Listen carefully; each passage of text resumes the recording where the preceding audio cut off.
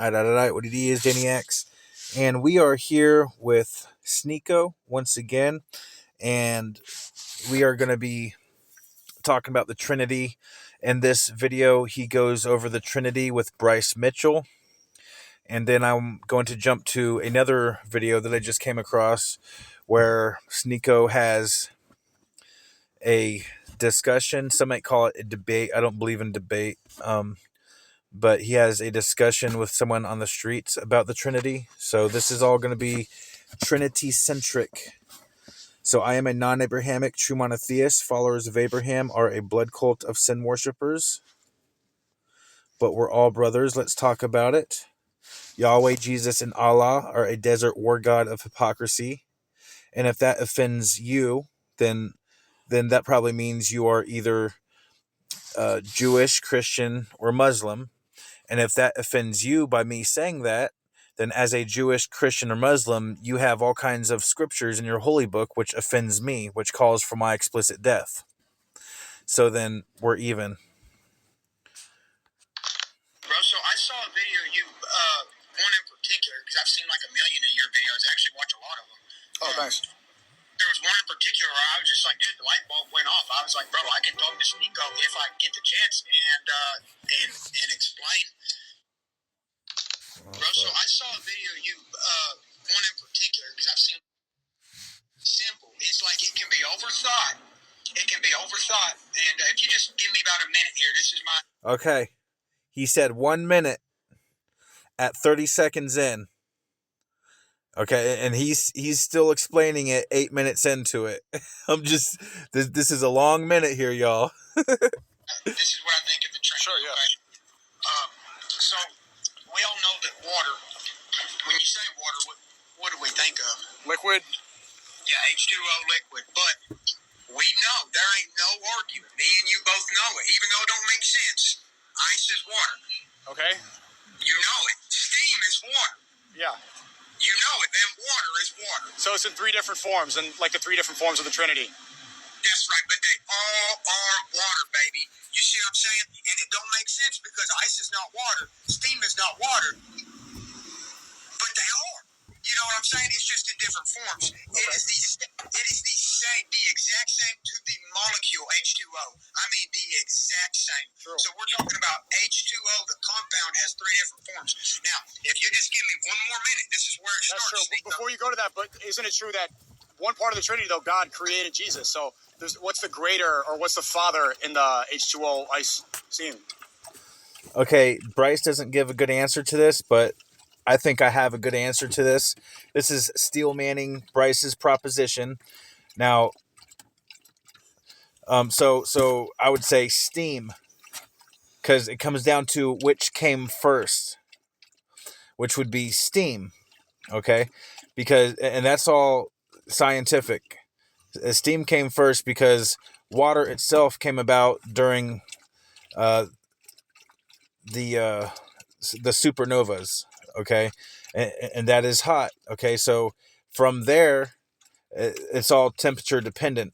Okay, so water itself originated in the supernovas, which creates all kinds of different molecules, and so it started off as steam, and then within that sweet spot of temperature, it's liquid water, and as soon as it gets a little bit colder, it's ice. That's really neither here nor there, but Okay, so you know. Well, that's something to think about. I don't want to. What was you were about to say something else? Okay, so with the I will get back to that because you're right. It's very confusing because if we had to assign a value to them, I don't think that there is a value to them, and I'll explain that a greater value of one or the other. Okay. One does have more powers than the other. That doesn't mean that the value is diminished of the other. As in, the Father has more powers than Jesus because Jesus is in human form. His brain only takes in. Sneeko's trying real hard to not laugh at him right now. You can tell he's stuffing the giggles. What the Father tells him. You see what I'm saying? So I'm not saying that Jesus is less than the Father. Whoa, no, I'm not saying that. I'm not ever saying that. But what I'm saying is there are things that the Father has not revealed to Jesus, and Jesus is complicit. And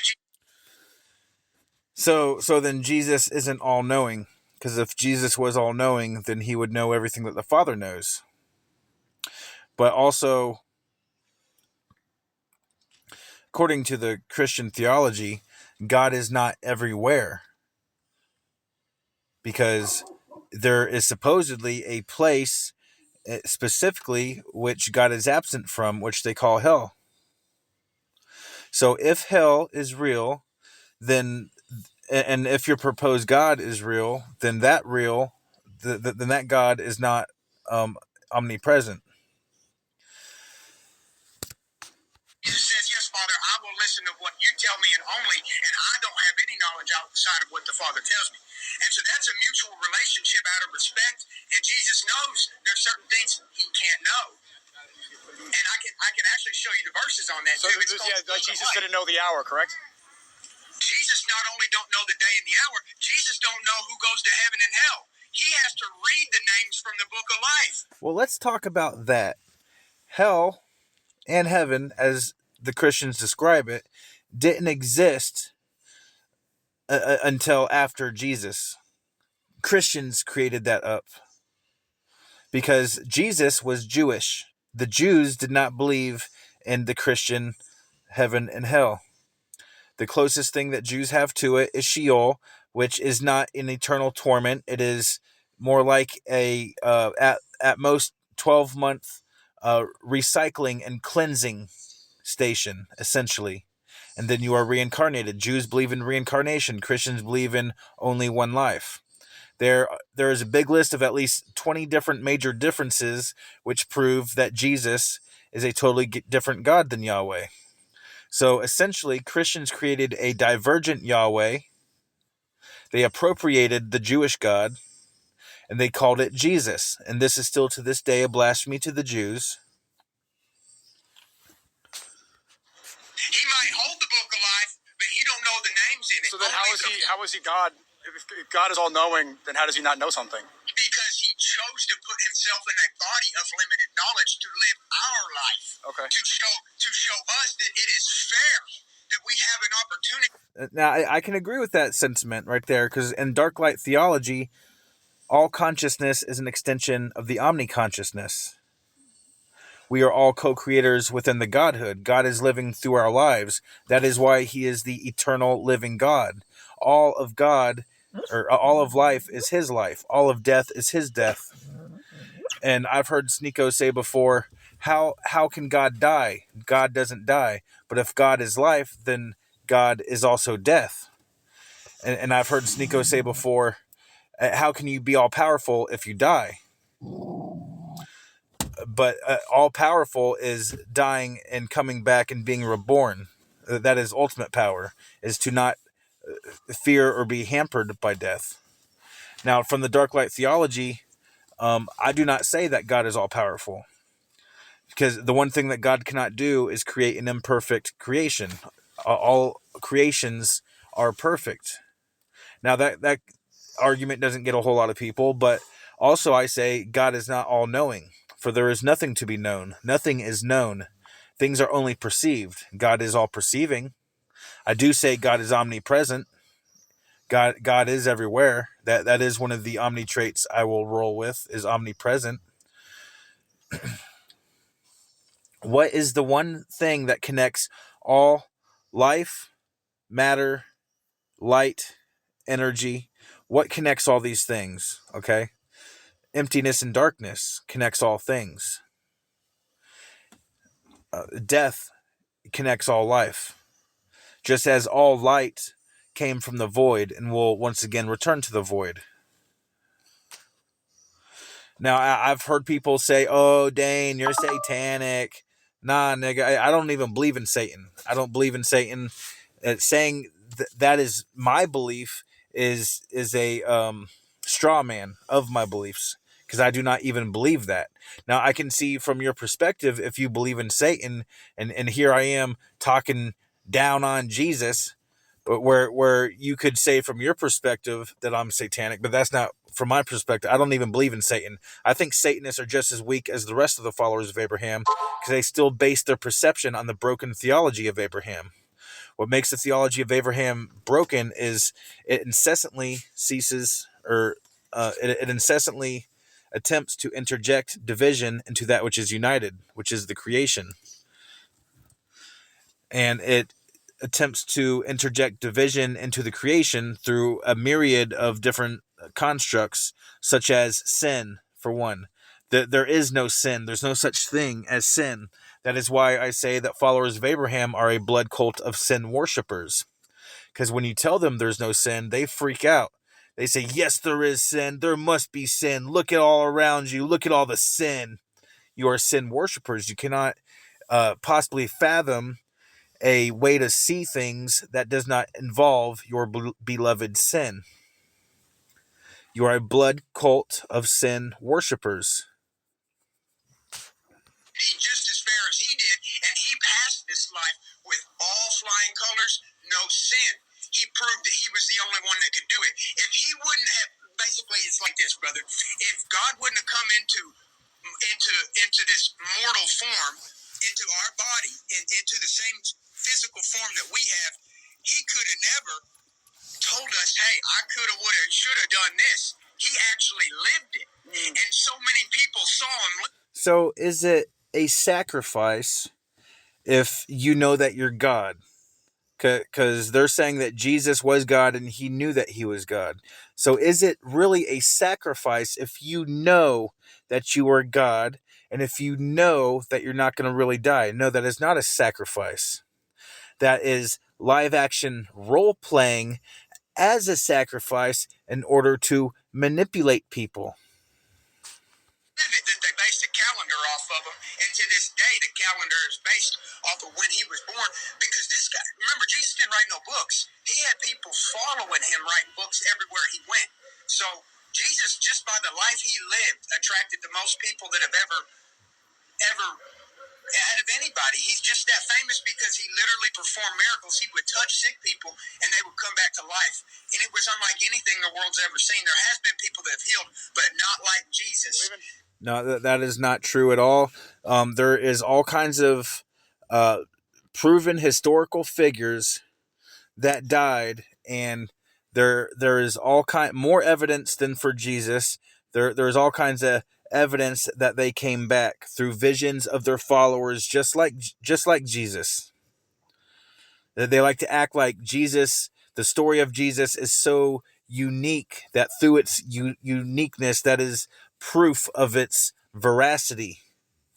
But that is a misrepresentation, because Jesus is not the only historical figure who died and came back, and their followers have seen him. And not nearly. Holy Kool-Aid has a video on this.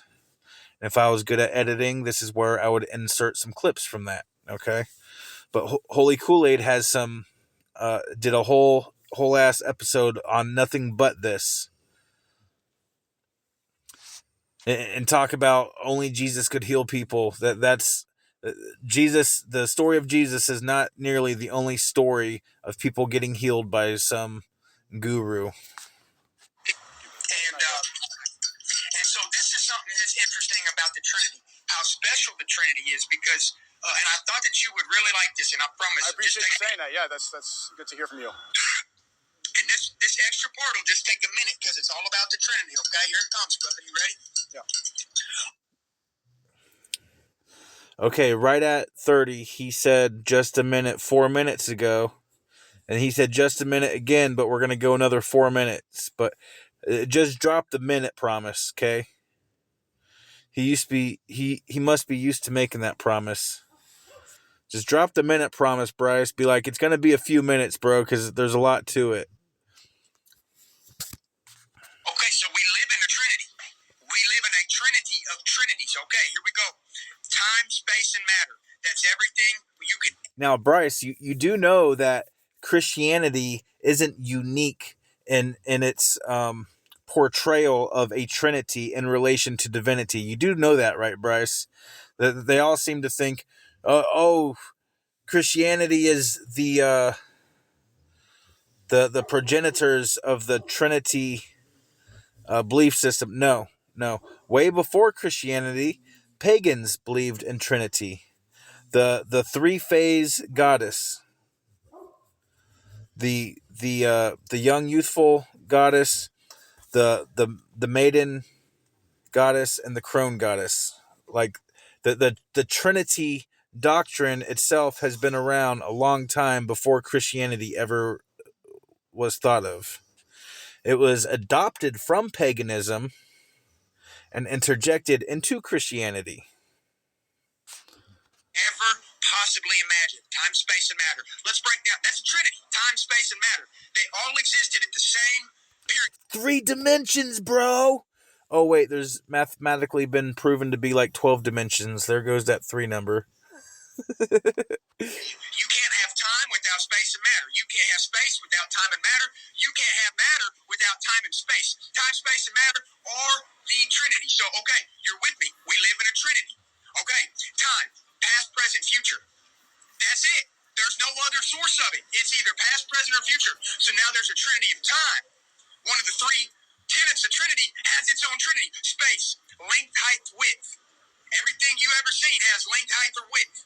Right there. So now the second factor of the Trinity has its own Trinity embedded. Okay, let's go to what's the other one? Now, there's a logical fallacy in there somewhere. I need to learn my logical fallacies better. I can feel it, but I can't put my finger on it. But he's pointing out, scientifically proven Trinity things to bolster his Trinity claim for Jesus, which those aren't necessarily related, but he's like forcibly juxtaposing them over each other. So now, okay, call me out on it. That's fine. So, Dane, is there any kind of Trinity that you believe in? Well, I mean, I believe the one is the all.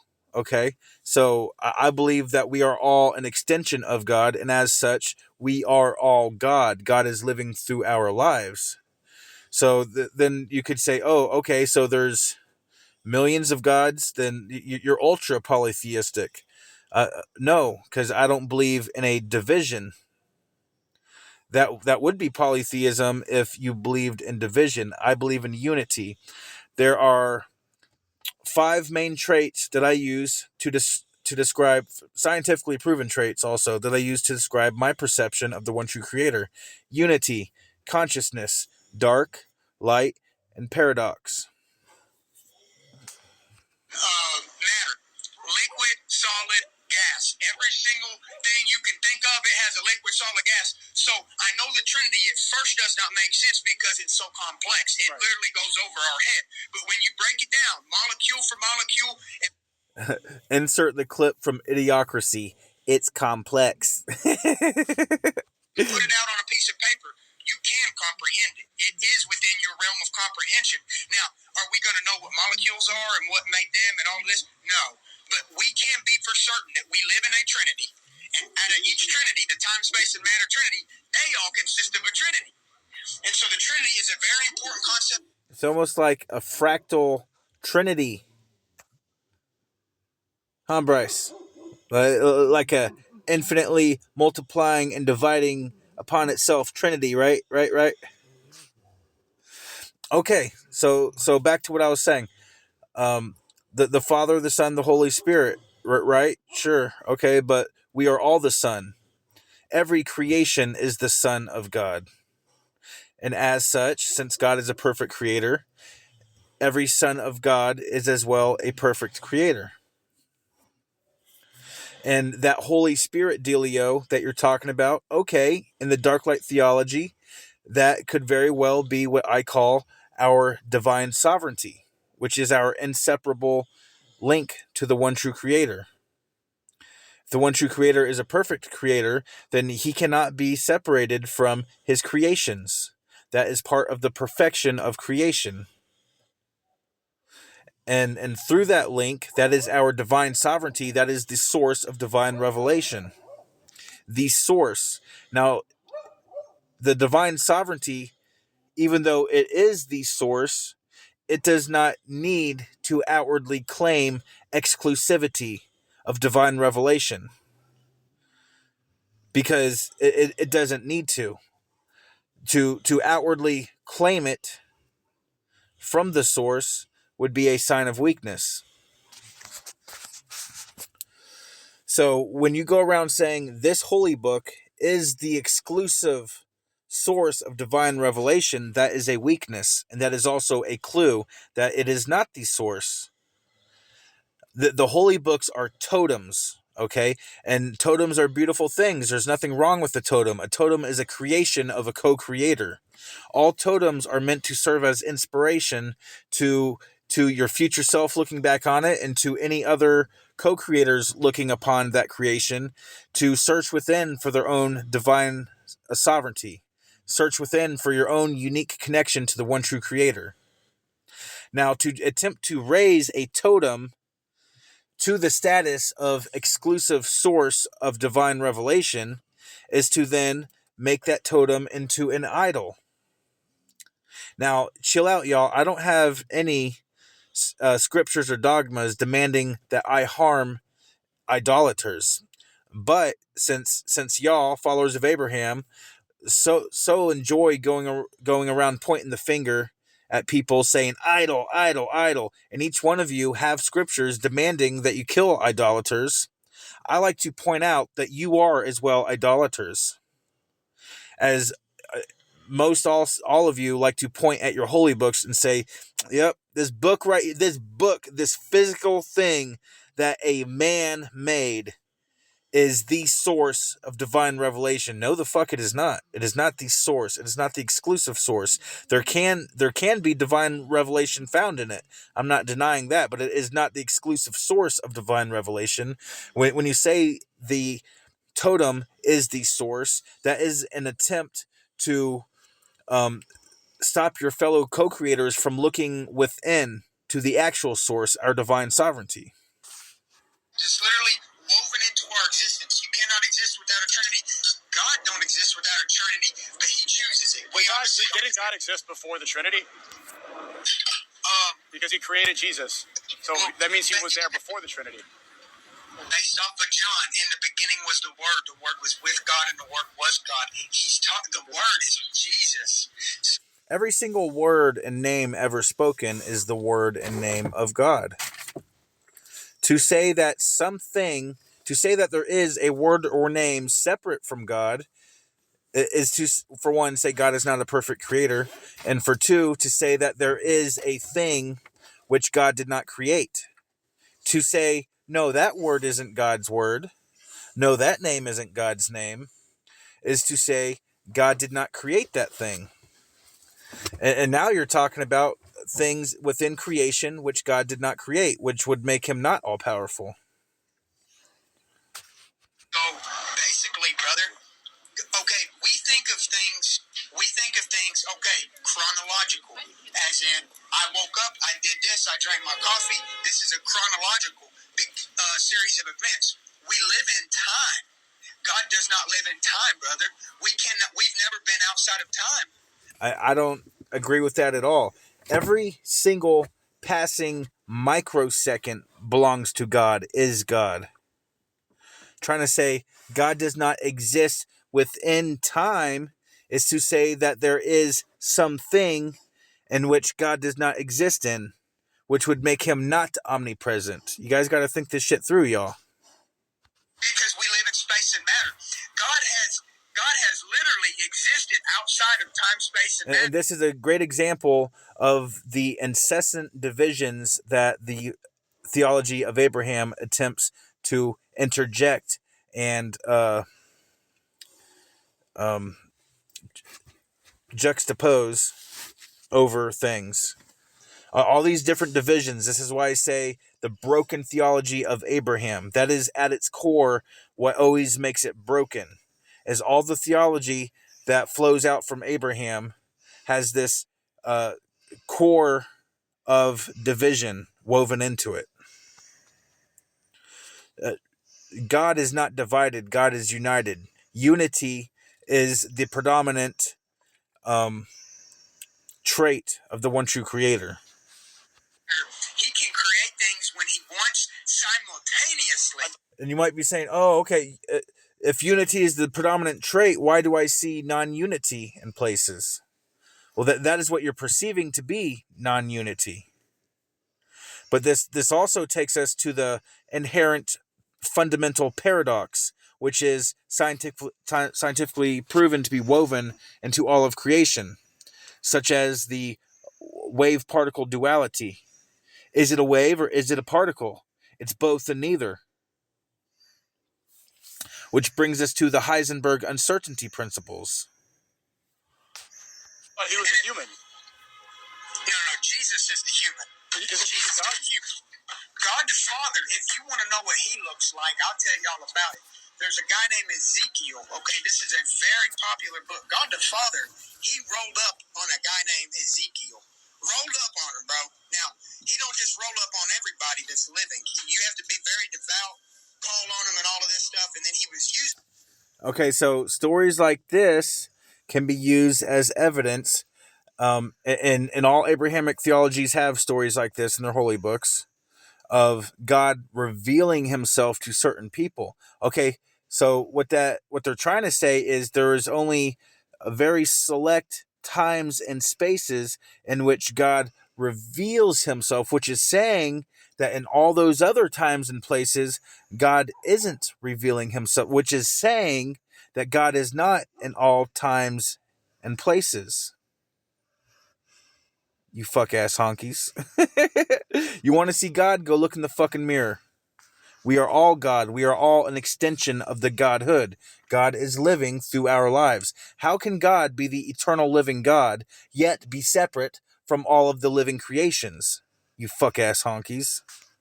Ezekiel to tell a story. By the way, that story is still transcribed. It's one of the oldest stories, most accurate stories that's ever happened. So when God the Father rolled up on Ezekiel, brother, he's got like a fiery torso. There's a rainbow emanating. So God has a rainbow and a fire torso. All right, Sneeko. Let's not do that, okay? We all know about the Muslim portrayal of God, right? Two right hands, a funky shin bone. So let's not be making fun of the Christian perception of what they think God is. Okay, y'all got some funny perceptions of what you think God looks like as well. Just saying, Nickel. His whole body is fire, bro. Body is fire and rainbow. Hey, I'm outside right now. I'm in the middle of New York. All right, now we're going to hop on over to this other video that I was checking out of Sneeko having a Trinity debate with this other Christian bro Hot right take. here. Hear me out. You don't need to spend Secondhand commercials, y'all. I do apologize. To say on your. How many gods do you believe in? One. One God. Is Jesus God? Absolutely. Who did Jesus pray to? The Father. Okay, that sounds like there's more than one now. Because there's more than one hypostases in the Godhead. There's not. Okay, so he's going to make a very clear case right here, bringing all kinds of divisions, once again, divisions, which is what makes the theology of Abraham broken. But if you look at it, this is actually dissociative identity disorder, where each identity isn't fully aware of all the knowledge and all the awareness of the other identities. Okay, that is textbook dissociative identity disorder. So if the God of the Christians is true, then the God of the Christians suffers from dissociative identity disorder, which definitely brings into question the all-knowing part, just all around. If you were all-knowing, wouldn't you know about these other identities? And to say no, which they openly do, and they'll have their reasons, and then some of them might say, oh, okay, well, that doesn't apply because it's God, but yet maybe you could get away with that if you didn't say that your God was human. But since your God is human, we can now apply human psychology to your God, you fuck ass honkies. More than one God, because God in this case refers to the nature, the divine nature, as mentioned in 2 Peter 1:4, the divine physis in Greek. So we understand there's one nature. That's what we refer to when we say one God. These persons have the nature. God is one in nature, tri and hypostases. But the hypostases aren't separate beings, because being is once again proper to the nature. So there's one being in three persons. Okay, I was going to say, it's usually said one being in three persons. He's using hypostases, and Sneeko correctly calls it out. He's just playing a semantics game right here to make it sound all fancy as if they aren't different. Yet they'll sit there and tell you about all kinds of differences between them. Now you might be saying, okay, Dane, well, I just heard you say that every single living thing is God, and they're all different. Yes, but no. The consciousness is what unites. That is the second trait that I use to define God. Consciousness, unity, consciousness, dark, light, paradox. Everything within existence, down to its atomic fundamental structure, is built upon paradox. See, I don't shy away from contradiction and paradox. I embrace it. Now, not all contradictions are created equal. You have, easily disproven contradictions, but you also have scientifically verified contradictions and paradox. So, when I say we are all God, we are different manifestations of the same God, but there is underlying unity in that, which is the consciousness embedded into the very fabric of even the atom. Atoms are conscious. If you make choices and do certain things, you are conscious. All atoms are conscious. What's that word you're using? Hypostasis. Well, what's your definition of that? Person, individual subsistence and a rational nature. They're separate or they're together? Distinct, not separate. What's the difference between distinct and separate? Well, separable means they can be taken apart. We're not saying they can be taken apart. Semantics. It's not semantics, it's metaphysically different. Separation implies like this: I can separate this from myself. But a distinction just implies that there is a difference between two things without being able to separate them. And they're different insofar as their identity as Father, Son, and Holy Spirit. They're not different insofar as their nature, once again. Okay, well, so that statement right there is easily proven false, because he's saying they're not different in their nature, but yet if the nature of God is all the omni traits, supposedly, right?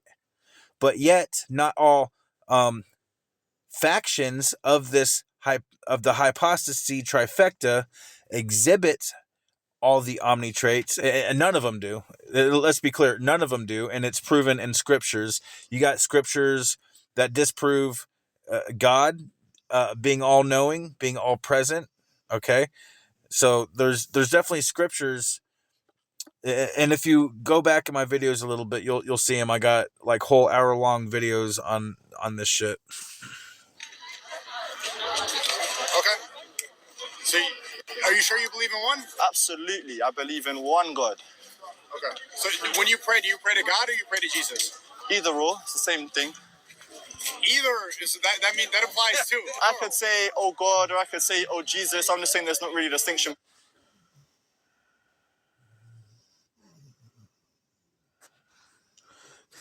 They play these fucking games, dude.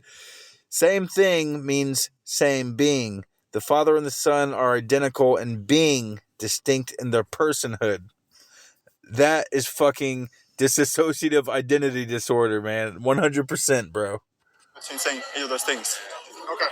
It's like the difference between saying, oh, Ya Allah and Ya Rahman. It's just, you can say either or, but you're referencing back to the same being, right?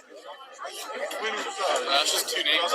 Yeah, that's the point. And we're just giving you two names of persons in the Godhead. You're saying two distinct. They're like, shit, you got us there. See, you need to not say separate entities. These are distinct persons, but they are one being. So that's just not characterizing what I said correctly. So is that your contention, Christianity, that we're allegedly tritheists or polytheists? Is that your contention? No, I mean, that's... Well, I will say that Christians are not monotheists, because they are a dualistic bitheism. because Christians believe in two diametrically opposed, maximally great forces that each rule over distinct and separate kingdoms, a kingdom of light and a kingdom of darkness. That is not a true monotheism. A true monotheism, there is only one kingdom. There is only one ruler. That's what I don't resonate. It never makes sense to me. Well, I just to people like broke it down. Let me explain. I speak to Eastern Orthodox, Catholics, Jehovah's Witnesses, Christian Scientists, Mormons. Everybody has a different definition. Yeah. Whether it's a form, it's a distinct being. Jesus is God. There's only one God. There's three gods. There's the Holy Spirit. Yes, so it says this is where Muslims pretend that they don't have thousands of different sects and didn't unalive each other over the relationship between Allah and his attributes. Exactly. But are you pretending as a Christian that you don't either? This exact same criticism can extend to Judaism and Christianity. None of them are a monolith. They like to act out in public as if they are a monolith, but that is an act. They are not. Each one of them is ate up with divisions. Which Christians are you talking to that said there's three gods? Oh, a lot. The Christians are... And this is what I'm saying, where the division, there's plenty of divisions within Christianity too. There's Christians that are Unitarian that don't believe in the Trinity. Christians killed each other like a motherfucker for the exact same criticism that he just put against these Muslims right here, just for simply believing in a different arrangement of relationship between Jesus and God. And once again, Christians like to claim that they worship the God of Abraham and David. No, the fuck you do not. The God of Abraham and David is in no way Jesus. The God of the Christians is in every way Jesus. These are totally distinct and different gods. You got Jesus, Yahweh, then you got Yahweh Hashem. The fact that Christians still go around saying that they believe the Christian or the Jewish God is Jesus is still to this day a blasphemy to true Jews.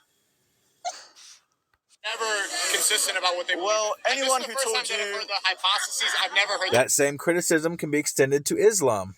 They are not fully consistent in what they believe either within all the varying different sexts.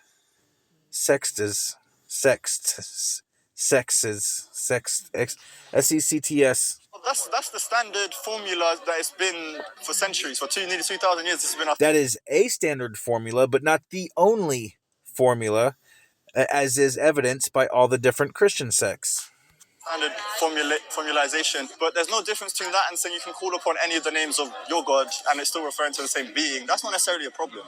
Yeah. Sneako's looking for a way out. He's like, fuck this conversation right now. And shit's about to get crazy up in here. Yeah, no, that sort of rhetoric is why I love Christianity and why Tawhid makes sense to me. But that's not rhetoric. That's calling it rhetoric isn't, I'm not calling it rhetoric. That sort of rhetoric. No. I'm not calling it rhetoric. You said it's. You said. Don't backpedal, Sneako. Stand on it. If you said that is rhetoric, but I mean, Muslims have their rhetoric too, which we're about to hear some of that coming up. Hold on, give it a minute. We're about to have a very angry.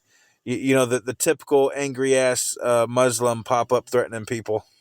That sort of rhetoric. You're explaining it right now, it still doesn't make sense. That's called a personal incredulity fallacy. So, Allah having two uncreated right hands, an uncreated shin, his uncreated attributes fighting each other, chapters of the uncreated Quran speaking and appearing as birds, the Quran appearing as a man, that somehow makes sense to Sneako. So yeah, they got some bullshit in Islam too. You're right, but it's the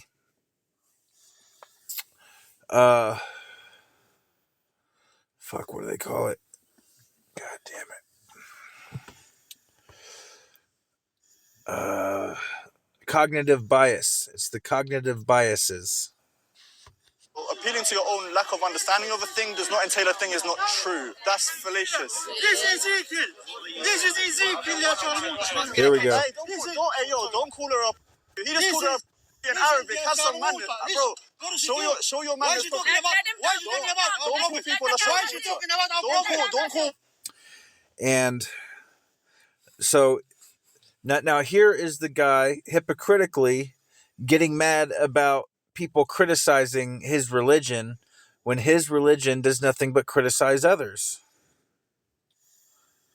If you are happily criticizing others, then you should be happily criticized. But now Sneeko takes advantage of this distraction to get the fuck out of there. He was, like I said, he was looking for, you can tell when he's looking around, he's looking for a way out. But now, in fairness, I think just one-on-one, I think Sneeko would do a lot better in this. I'm down with Sneeko's cool. I'm not down with Islam, but I'm down with Sneeko. I'm not down with Christianity, but I'm down with, personally, people that claim Christian that I know. Most of my family's Christian. There are a bunch of Catholics and a bunch of Jehovah's Witnesses. Now, I hear you. You're like, Jehovah's Witnesses ain't real Christians. Catholics ain't real Christians. See, there you go with all your divisions and your sex and Christianity. Women are don't call women a Shadmusa. That's disrespectful. Your mother. Regardless, don't call people Shadmusa. Be better. Be better. So this guy's wanting to beat the fuck out of him in the face with whatever that is in his hand right there. You can just tell. Be better. Be better. Be better. Be better. Sorry, he didn't. Sorry, that interrupted. Kind of looks like a big old dildo he's waving around there, don't it? Motherfucker's like, you better watch out. I got something for your ass, boy. That's over there. Yeah.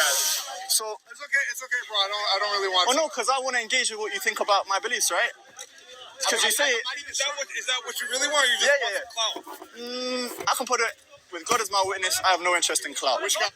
Okay, so I'm going to be honest.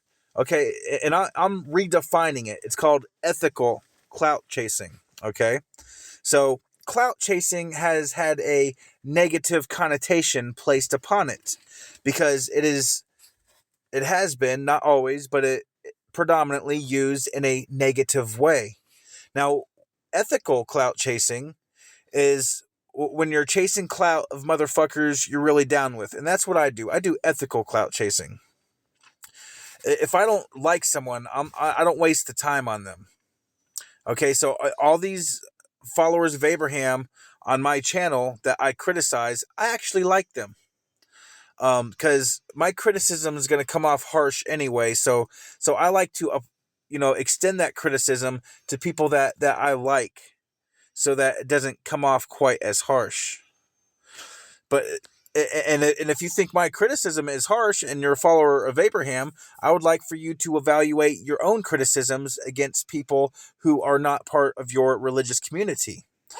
Which, if you evaluate the two, my criticisms are much more fair and not calling for violence, whereas your criticisms are usually calling for violence. My God, the Lord our God, Father, Son, and Holy Spirit. I was just curious because, he says a lot about our faith online. Sneeko's sneaking on out of there. He's like, all right, and I'm just going to kind of mosey on over here while he's distracted. All right, so I guess, I don't know. I just want to engage with him in a dialogue. I think that's fair for a critic of our faith to engage with someone who wants to answer some criticism. I will engage with you, bro.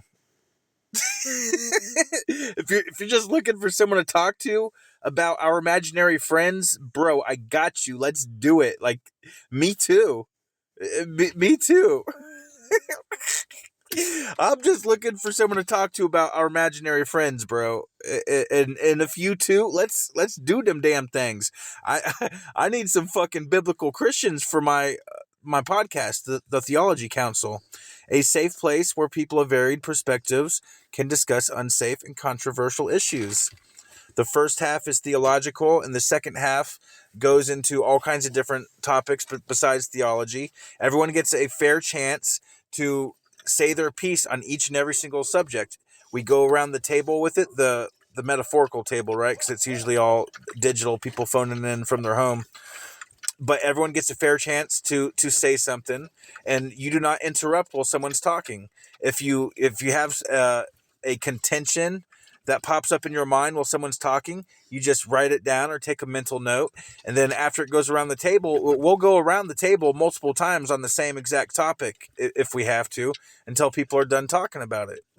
It's long form. Whatever the fuck your name is, homie, you're invited. Sneeko, I've been inviting him. I think I might be growing on Sneeko. I don't know. But see, as you can see with its entourage that's around Sneeko, he's afraid of them. When it comes down to it, he might say, no, I'm not afraid of him because he thinks he's on their side. But also at the same time, he will not make a reasonable criticism of Islam, even if he sees it and feels it, because once again, he knows deep down that his religion is a blood cult, and they will kill. Same reason for Christians, that they will not criticize their Bible usually, or others openly. Same thing for most Jews. They don't like to criticize their own people, even if there are very well-deserved criticisms. And that is a big problem within the Abrahamic religions. Okay, if you guys were to criticize and manage and police your own a little bit better, then other people wouldn't have to so much. And when you have this massive criticisms of Abrahamic religions, that is a clue that they are not criticizing, calling out bullshit within their own religious communities enough. Then they want to get mad. Oh, why are you criticizing us so much? Well, because most of you motherfuckers want to sit back and let this bullshit go down in one form or another. So I think I've hit my points on this one right here. I've turned 12 minutes of videos into damn near an hour. And that's good enough for me. So I am the brightest night. I am the darkest light. And I am ascending. As are we all. The dark light is upon you. Stay beautiful, motherfuckers.